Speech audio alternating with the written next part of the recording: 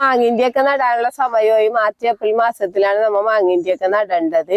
അപ്പൊ ഇതാണ് മാങ്ങായിന്റി എന്ന് പറഞ്ഞു കഴിഞ്ഞാല് കണ്ട ഇതേപോലെയാണ് ഇരിക്കണത്. ഇത് നല്ല പച്ച മാങ്ങയുടെ മണമാണ്, ഇഞ്ചിയുടെ ടേസ്റ്റും ആണ്. ഇതേപോലെ തന്നെയാണ് നമ്മുടെ കസ്തൂരി മഞ്ഞളും ഇരിക്കണത്, അതിന് കർപ്പൂരത്തിന്റെ മണമാണ്.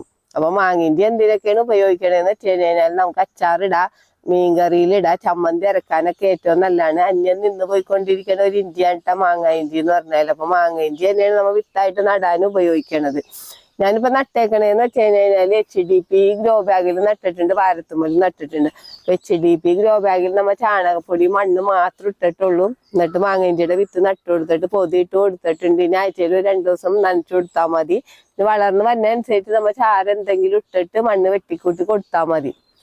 വാരത്തുമ്മലും നമ്മ ചാണകപ്പൊടിയും മണ്ണ് മാത്രം ഇട്ട് പൊക്കിയേക്കണേണ്. ഇപ്പൊ മാങ്ങേഞ്ചി നട്ടു കൊടുത്തിട്ടുണ്ട്. ഇനി വളർന്ന് വരുന്നതനുസരിച്ച് നമുക്ക് ചാരം ഇട്ടിട്ട് മണ്ണ് വെട്ടിക്കൂട്ടി കൊടുത്താൽ യാതൊരു പരിചരണത്തിന്റെ ആവശ്യവും ഇല്ലാത്തതാണ്. അപ്പൊ നടണേന്റെ ഒക്കെ വിശദമായിട്ടുള്ള വീഡിയോ എന്റെ സുൽഫത്ത് ഗ്രീനറി എന്ന് പറഞ്ഞ യൂട്യൂബ് ചാനലിൽ ഇട്ടിട്ടുണ്ട്.